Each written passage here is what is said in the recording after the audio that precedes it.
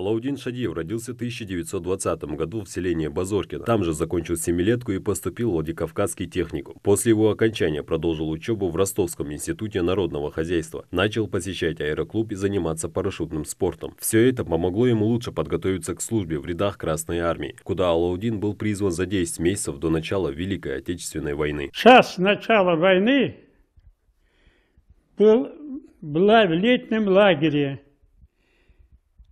к западу от Харькова на километров 60.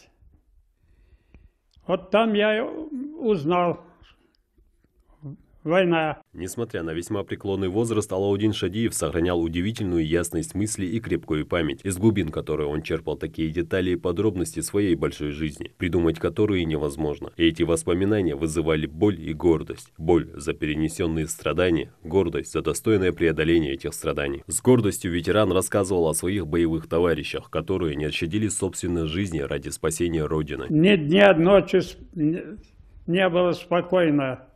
Потому что то бомбежки, то разведчиков где-то сбросили, парашютистов и так далее. Постоянно, значит, движение, в поисках и так далее продолжали находиться в городе Харькове. Несмотря на проблемы со здоровьем, ветеран часто встречался с молодежью, рассказывал о своем жизненном пути. Дик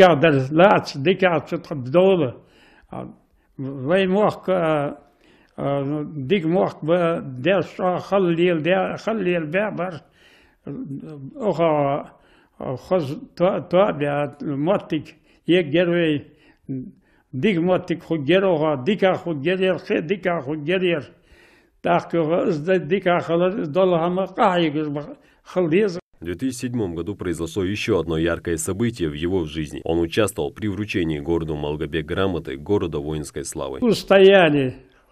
Он все же захватил Малгобек, центр захватил, но дальше ему не дали возможность.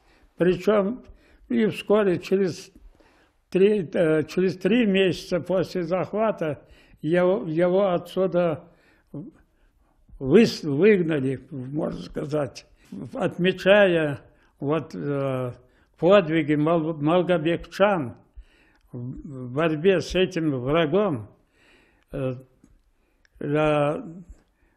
Учредили звание «Город воинской славы». В 2015 году ветеран Алаудин Шадиев по приглашению российских властей принял участие в военном параде в Москве. К сожалению, с каждым годом живых свидетелей военных лет становится все меньше. В прошлом году Алаудина Бапиновича не стало, ветерану было 97 лет. Память о героях Отечества всегда будет жива, пока будут живы их потомки. Саид Куштова, Новости 24.